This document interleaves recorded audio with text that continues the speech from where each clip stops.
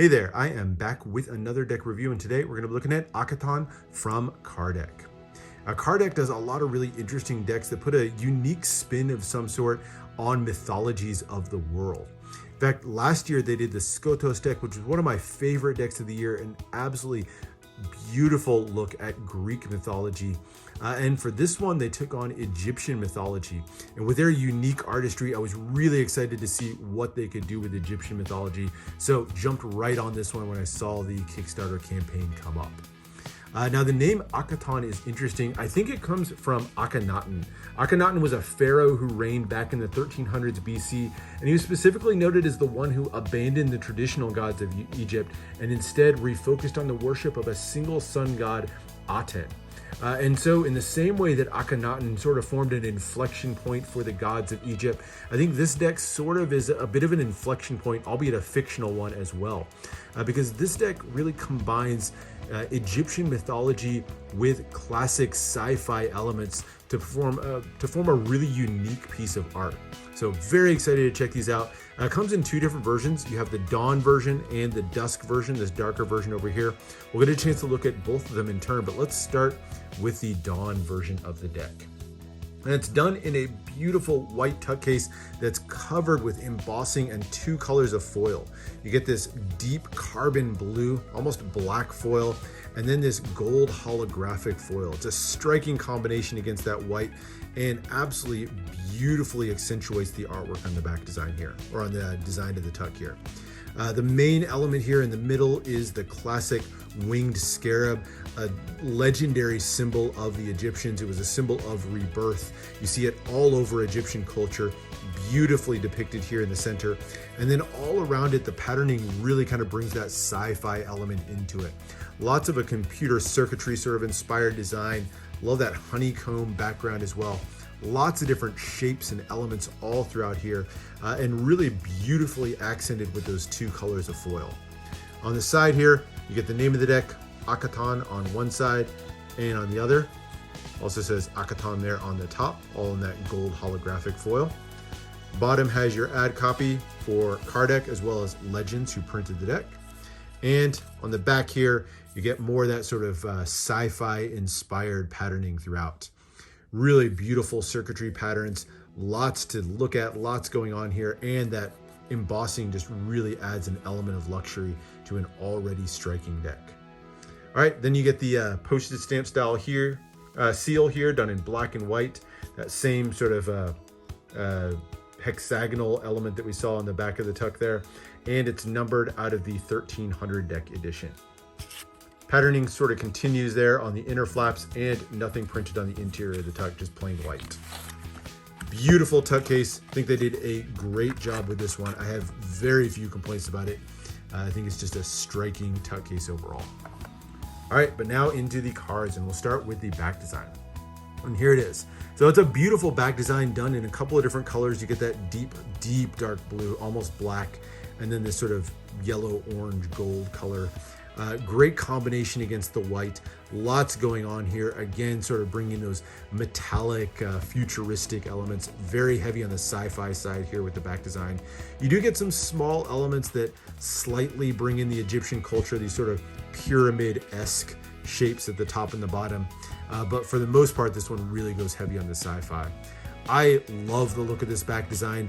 I think, you may find it a little bit flat after looking at just how brilliant the tuck case looks, but looked at on its own, I think it is an absolutely beautiful depiction. Two-way back design, lots to look at. Nice micro thin white border around the edges as well. So there's your back design. And now into the cards. And here's where we get our first look at some of the feature artwork of this one on the two Jokers. Absolutely beautiful, highly detailed artwork on these. And here you can see where the theme really crashes together. Each one of these is representing one of the gods or goddesses of Egypt, but brought into sci-fi with sort of a mech body. Complete reimagining, sort of an alternate history of them. And I think the result is absolutely stunning. Not only does it sort of bring that mech feel in, but it also has elements of the gods and goddesses themselves. So for example, you look here, Khepri. Khepri was a scarab-faced god and represented the rising sun. And so here he's depicted as a bug mech, complete with those large menacing legs raised up around him. My only small nit on this one, and it's a small thing, is how they did the sort of break here between the top and the bottom halves. You'll see this sort of little particle dust there in the middle. I think it's a little bit abrupt. I wish they just sort of kept it a little bit more flowing between the top and the bottom. But all in all, a very small complaint in an otherwise beautiful Joker. You get Khepri and that stylized font in two corners, and then Joker in the other two. And then the second Joker represents the goddess Wadjet. Wadjet was a cobra goddess who served as a protector of kings. Beautiful snake body twisting through the middle there. Love that sort of proud and haughty look that she has on her face as well. So really love the artwork on the Jokers, and we're going to get more to come as we get into the court cards as well. But first, let's take a quick look at the aces. The aces all feature basically the same look to them. There's no one power ace. They have that circuitry background design in a mixture of yellows and blacks. And then the large pip in the center of each, all formed as sort of just a bit of line work there in the middle. I like the artwork on these. I love how it fits the theme. I love the yellows and the deep blues that they use. My only knock on this is I wish there had been a little bit more to distinguish one pip from another. It takes a second, especially if you're used to classic pips, to recognize the pips versus one another. Especially, if you have this upside down, the shape of the spades and the hearts are virtually the same, just upside down, obviously, to form a spade or a heart. And then the clubs and the diamonds, even more similar. They look almost identical. So other than color and some slight differences in the shape, it's really easy to confuse one pip with another, which I think kind of hurts the playability of it overall. That said, thematically, I think it works really well. You get that index, and again, that really highly stylized font. It's interesting how stylized it is, but yet how easy it is still to read as an ace. So there you go. There's your 4 aces. Number cards have a bit of a simpler background. This time that small sort of grid patterned dots in the background, little bits of that computer element there on the sides, and then that same style of the line work on the pips in the center, all done in a fairly classic layout, so nothing too special on these. That black or deep blue, not sure which one it is, on the classic black cards, and then that gold on your classically red cards. So other than the shape of the pips, which bothers me just like it did on the aces, I think these are really nicely done to kind of fit in with the theme. So as a theme element, I think they did a great job on these. So there's into your hearts. All right, and then we get into the courts. And the courts, we're getting back to some of that phenomenal artwork that we got a preview of with the Jokers. And of course, it is beautiful all the way through. Each one of them giving one of the gods or goddesses their own mech bodies, which all have elements that still kind of remind you of the gods and goddesses themselves. So let's talk a little bit about some of the stories of these deities, because you know me, I love to get into those stories. So we start out here with the Osiris myth. Osiris is on the King of Spades. Osiris was the Lord of Dead and Rebirth. And he's shown here with his trademark green skin, as well as holding the crook and the flail in his hands. The crook and the flail became a really prominent symbol of power for pharaohs as well. And so if you look at a lot of sarcophagi, you'll see them clutching a crook and a flail in their hands as well, just like Osiris is pictured here. But Osiris had a really interesting legend attached to him, and it really started with a rivalry with his brother Seth here. Seth is on the Jack of Diamonds. Pictured here is what's called a Set animal. Didn't really have a particular earth animal that it's attached to like some of the other gods do. And so instead pictured this one. I think of it kind of as a jackal. But in the Osiris myth, Set actually killed and completely mutilated his brother Osiris. So the two definitely had a rivalry, and Set absolutely got the better of him, completely mutilated him. You can see him here looking very menacing, and kind of with that backdrop to his story, kind of takes on an even more evil looking countenance right off the bat. That said, the story of Osiris wasn't over, because Isis actually resurrected the body of Osiris, resurrected the body specifically so that Osiris could bear a son. And in so doing, she helped to raise Horus. So Horus was the son of Osiris and was raised and protected by Isis. Horus here is depicted kind of as a falcon. He's usually shown with the face of a falcon. This one, his mech body is given not just the face, but also the wings of a falcon. Looking proud and noble there. And Horus, after he was raised, finally was able to avenge the death of Osiris and kill Seth. And so that sort of closed out the story or the myth of Osiris and these four characters and their roles in it. So beautiful depictions all the way through. Love the two-way quartz, the artwork on these, the elements, things like the green skin or the falcon wings that sort of bring the Egyptian side to life as well. But there's 8 more gods to go through on this one, so let's get into them. Jack of Spades here. This is Khnum. Khnum was a god of fertility and usually depicted as a ram, and he's a ram here as well. You can see those curled ram horns on his head. Beautiful look. I like the way that sort of light blue shines on this one. Almost has a glow to it. But there he is, the fertility god with the ram's horns. And then the Queen of Spades. This is Hathor. Hathor was the sky goddess, and she wears a headdress that has a sun disk on it. So you can see that glowing yellow sun disk on her headdress. And because she was a sky goddess, you can see her there sort of commanding lightning in her hand. Really like that one. And then next up, probably the most evil looking of the bunch. This is Anubis on the King of Diamonds. Anubis was a god of death in the underworld, almost always depicted as a black canine, a wolf of some sort. And that's the case here. I love how he's just looking dead on. And I really like how this, whatever this is over the top here, almost looks like a scythe, like what death is typically depicted as carrying. So nice little element on it, but that black and gray with just a little tiny pops of yellow really has an evil feel to it overall. All right, then we go to the Jack of Clubs. I almost said diamonds because it does look like a diamond, but this is Sobek.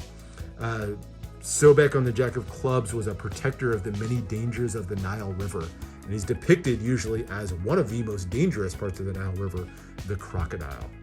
Kind of reminds me of Killer Croc from Batman, but really, really like that one. This might be one of my favorite of the bunch. All right, then we go to the Queen of Clubs for a look at Mat. Mat personified the concepts of truth and justice, and she's shown here carrying that classic scale. A lot of cultures depict the scale as you're like weighing the scales of justice, and so very fitting that she's shown there carrying the scale. And then last of the clubs is Amun. Amun is best known for when he in later Egyptian mythology merged with Ra, the sun god, to form Amun-Ra, who is basically the most powerful of all of the gods. All right, 2 more to go. We have Thoth here. Thoth was a god of the moon, but also writing, and he's shown here with a book in his hand. Almost looks like a wizard with that book, with that magical book in his hand. And he's shown here with a mask in the form of an ibis, that long-beaked bird. So another really, really cool one. Love the rings over the top as well. And finally, on the Queen of Hearts, we have Bastet. Bastet's a fairly well-known goddess. She was attached to the cat, and actually in much earlier mythologies, she was known to be a really ferocious and vicious goddess. But as cats were domesticated in Europe and became gentler, or in Egypt and became gentler creatures, kind of around 1500 BC, so too Bastet became a much gentler character as well. So she was kind of a kinder, gentler character, but definitely has a bit of a Catwoman vibe there. So really like that one as well. So very, very cool look at all of these different cards. Absolutely fantastic artwork. Before we close things up, let's take a quick look at the Dusk version of the deck. Now, right off the bat, same artwork, but the color change is absolutely notable. Deep, deep blue tuck case, covered this time with that same gold holographic foil, but now a bright, vibrant electric blue color as well. This color scheme works absolutely brilliantly on this one. The gold shines, the blue shines, all just pops off with that dark background. And you'll see basically the same design elements all the way through, same that we looked at on the Dawn version, also numbered out of 1300. Just beautiful look to these overall. And as we pull out the cards, we'll see that they're done on a black stock. So it gives you some of the same artwork, but a completely different feel to them overall. And so looking at the 2 card backs side by side, you can see all the same artwork, but completely different color scheme. Get mixtures of that light blue, gold, white, a lot more colors going on here against that black background. Same artwork, but takes on a totally new life with this dark version of the card. And as you go through the cards themselves, you get a pair of jokers which are different from the Dawn version. So where the Dawn version featured Khepri and Wadjet, here we get Anur, who is a god of war depicted here as a lion. And then we also get Neith, I think it's pronounced as Neith, who is said to be the first and prime creator. She's a goddess of the hunt, which is why she's depicted here with a bow and arrow. I actually like these two jokers better. I love that lion look on Anur there. The rest of the cards get a color change, but a lot of the same artwork. So here you'll see the spades, for example, are depicted in that light blue. I will say, small knock on this one, that background, there is a watermark there with some of that circuitry design, but it's really faint. Those thin lines, they don't show up nearly as well on this one as they did on the Dawn version of the deck. And so for me, the watermark doesn't quite work as well on these black cards as it did on the white cards. But still, same beautiful artwork, same great artwork on the court cards as well. So whereas we got two different jokers, the court cards here are going to feature the same deities that we saw on the Dawn version of the deck. So I'm not going to go through all of them, but you can see, for me, that beautiful artwork just pops even more with that contrast against that black card back. So for me, in pretty much every way, the Dusk version of the deck is preferable to the Dawn version, but they're both great. I think both worth consideration. Now, as far as handling, these are done by Legends on their classic stock.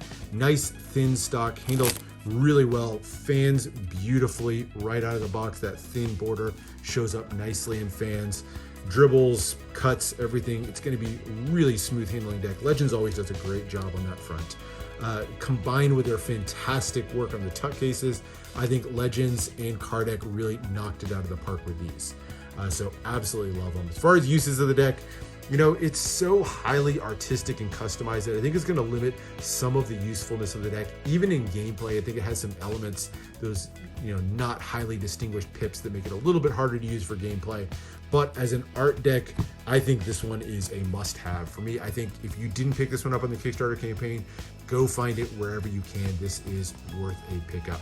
So phenomenal job by Kardeck. Once again, I absolutely love pretty much everything about this deck. Small nits on it, but overall, this is an A+ deck to me. So hope you enjoyed this look at Akheton.